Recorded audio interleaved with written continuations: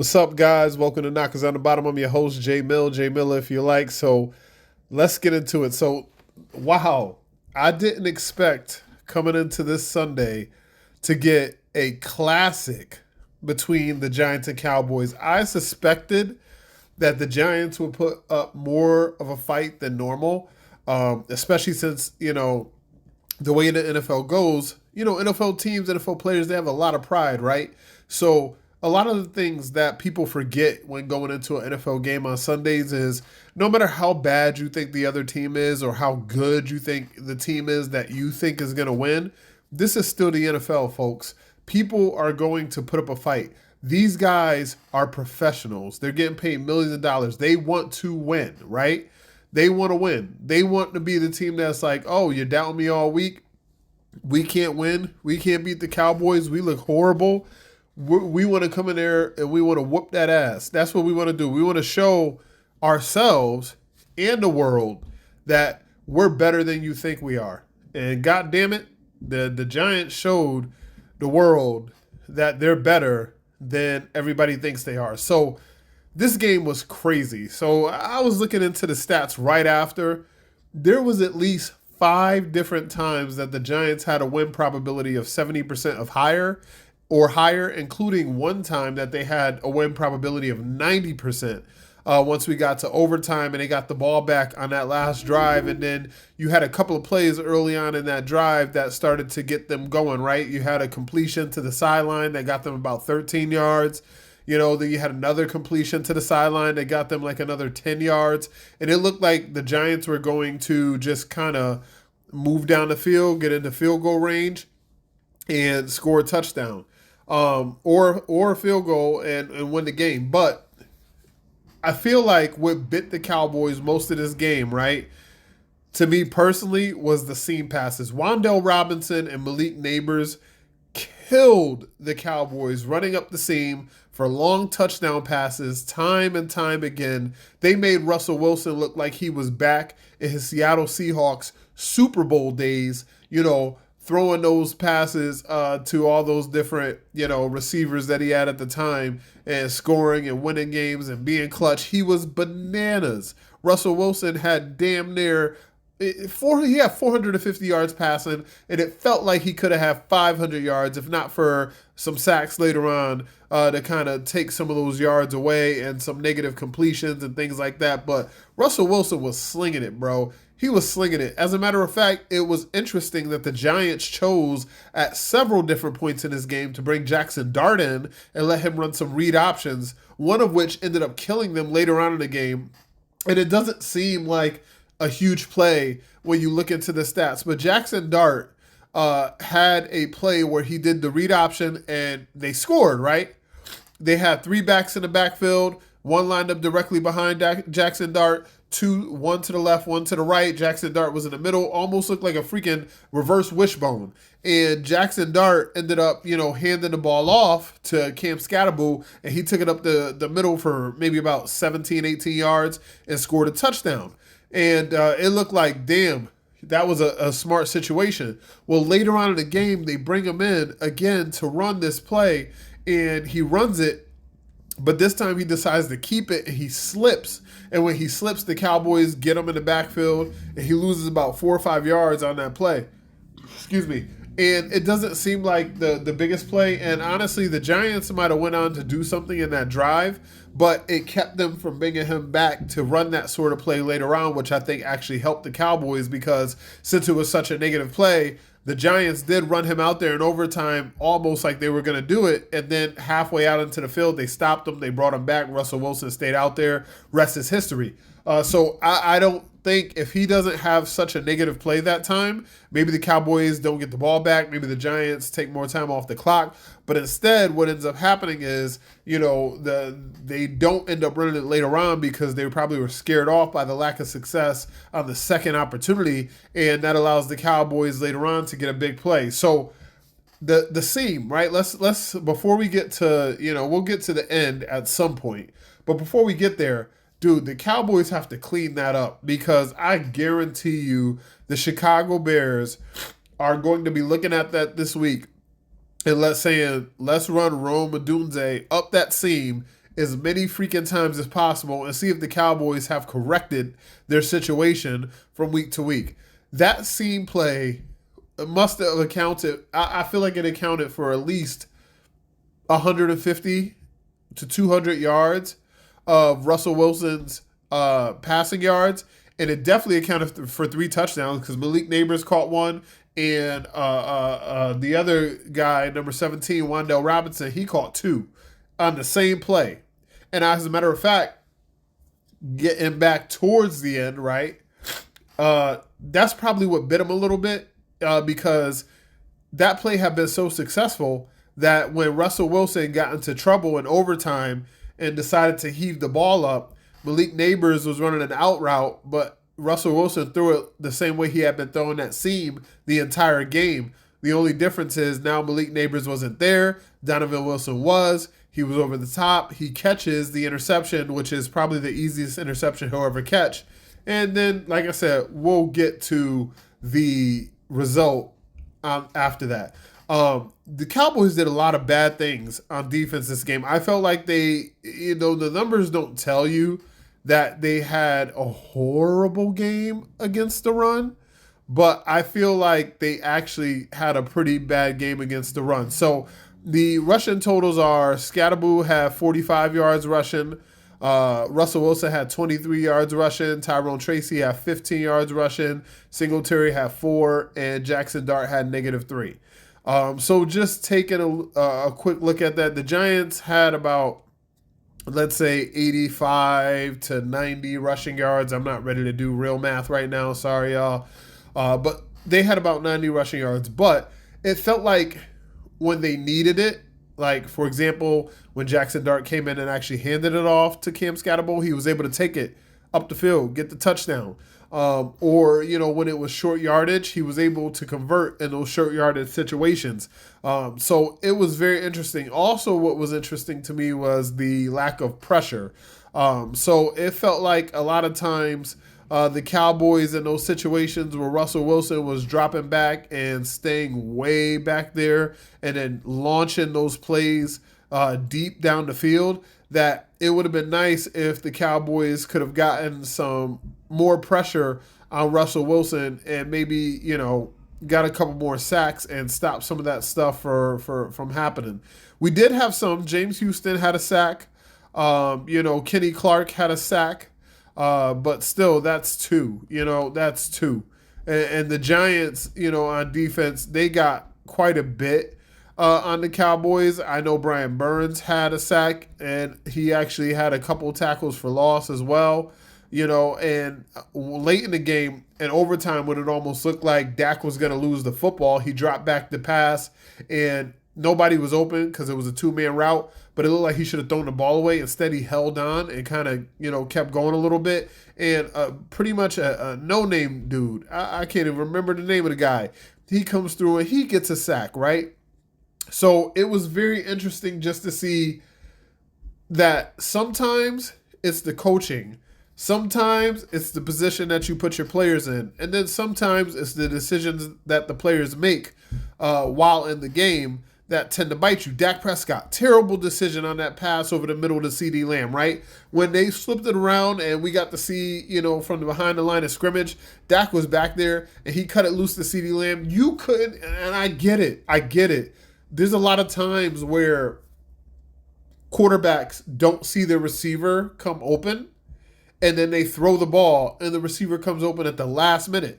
Perfect example. Last week against the Philadelphia Eagles, there was a play where Dak dropped back and he threw it to the left, and it looked like the only player that was there was the Philadelphia Eagles player, and then all of a sudden CeeDee Lamb flashes into your screen and snatches the ball out of the air and cuts it upfield and goes for another 7 or 8 yards before he's tackled, right? So there's a lot of times where you're thrown to a spot as a quarterback, you don't necessarily see your receiver come open, but they are going to be there, and you have to trust that, right? But on this particular play, it was not nice. It was not nice at all. So when the Cowboys got beat on that deep play to Wan'Dale Robinson, or actually I think it was Malik Neighbors, I don't know because it happened so many freaking times. But when it was towards the end of the game, towards the end of regulation, I believe it was Malik Neighbors actually, who caught it, and there were two Cowboys there, but he caught the pass, and the Giants went up 37-34. I thought it was over. There was 25 seconds left. I was like, there's no way. Even with 3 timeouts, there's no way the Cowboys are going to get down there and get into field goal range, right? So Dak Prescott, of course, he gets the ball, and he ends up making a completion, but then there's penalties and stuff like that. So now the Cowboys are super backed up, and they're backed up with so little time left on the clock. And I'm like, this is just going to be, a bad situation.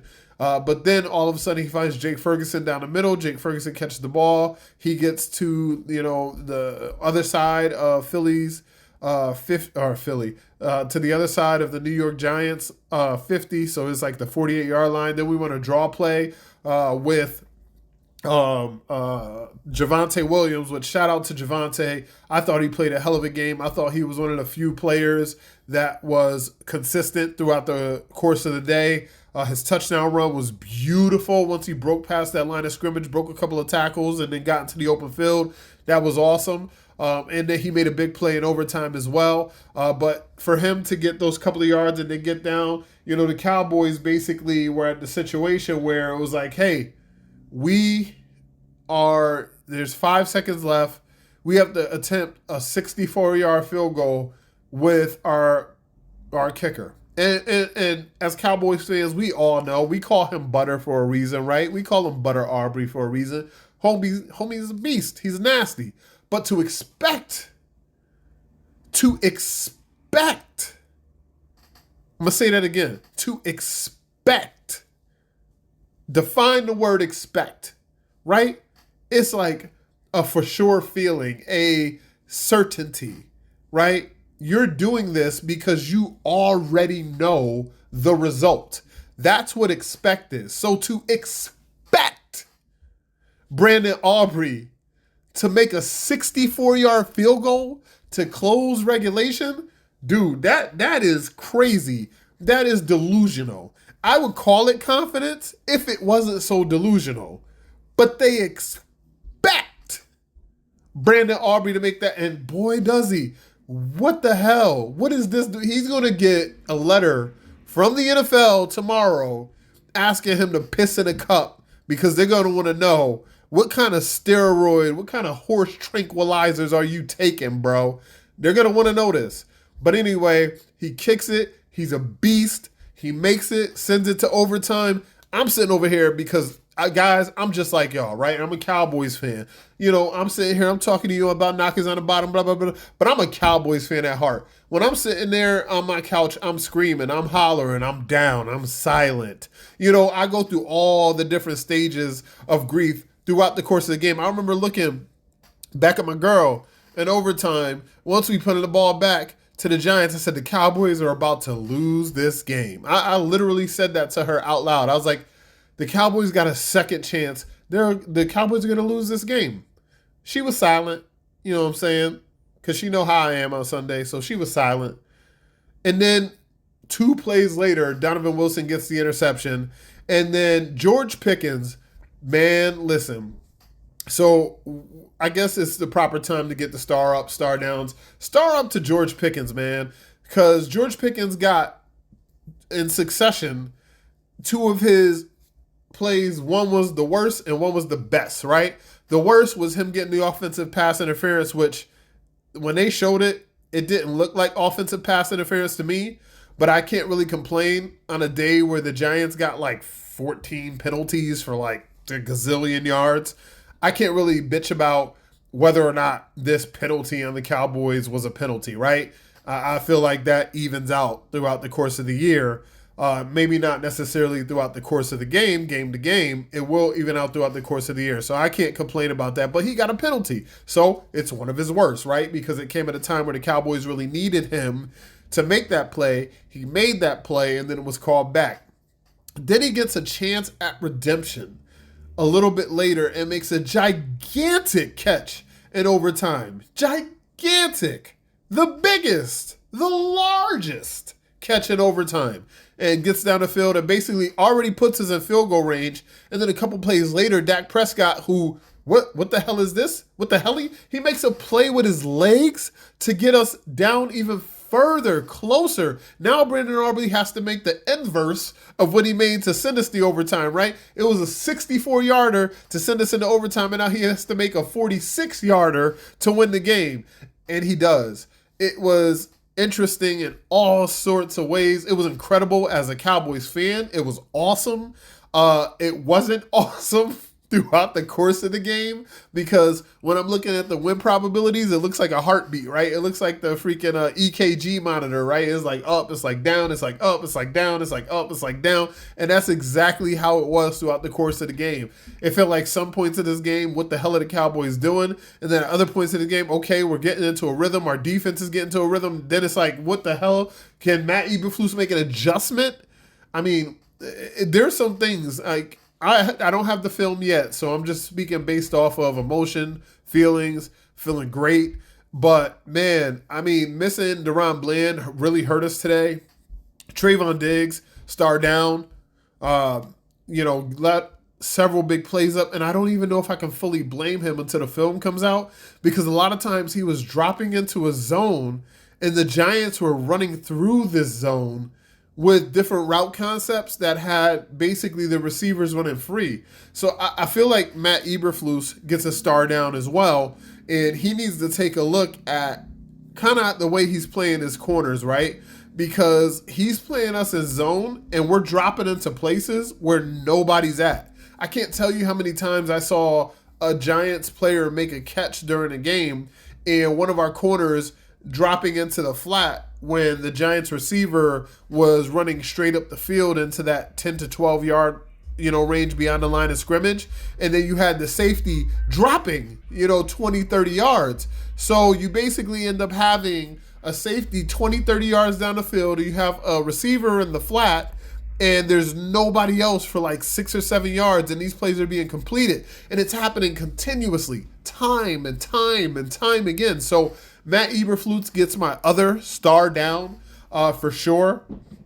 George Pickens ends up with a star up, because even though he had that penalty between the game-sealing catch and then drawing at least 3 that I counted, might have been 2, but I think it was 3 pass interference penalties, he was getting, so open and killing people so much on his routes that they had no choice but to hold him. CeeDee Lamb gets my star up as well. Nice bounce back game, especially when it came to clutch time. If you look at his splits in this game, the first and third quarter were ho-hum, but when we needed it, the second quarter before half, clutch time. The fourth quarter, before overtime, clutch time. CeeDee Lamb was big time. He was making catches. He had a gigantic third down catch that basically extended the Cowboys' drive when their game was on the line for them. It was everything. And CeeDee Lamb made the catch. He didn't drop it like he did last week. So star up to CeeDee Lamb. Javonte Williams gets a star up. He was killing it. James Houston gets a star up. And how about a little star up to the refs, because early on in that game, bro, they was throwing some shit. But, it was nice. It was nice. And I'm glad the Cowboys got the win. They get to 1-1. We'll see. We'll get the film. We'll get to break down everything, maybe like Monday or Tuesday once the film is fully up. We'll take a look, and we'll get to dissect this game and not be fans and kind of look at it from an analytical point of view and say, hey, this is the things that they need to work on if they're going to get better moving forward. But for right now, guess what? Cowboys win. They're 1-1. They got a division win. And now they have a big game coming up next week against the Chicago Bears. And you get to enjoy the rest of your Sunday watching to see what happens with the rest of the league. But thank you guys so much for tuning in. Follow me on Twitter at JMillerIYL. You can also hit me up at knockersdownthebottom at outlook.com. Hit me up at knockersdownthebottom at gmail.com. Leave any comments, any questions that you have below, anything specific that you want to share, anything that you want to say. Hit the like button, hit the subscribe button. I love you guys. Again, until next time, I'm your host, J Mill if you like. This has been Knockers on Bottom. Peace. Cowboys win!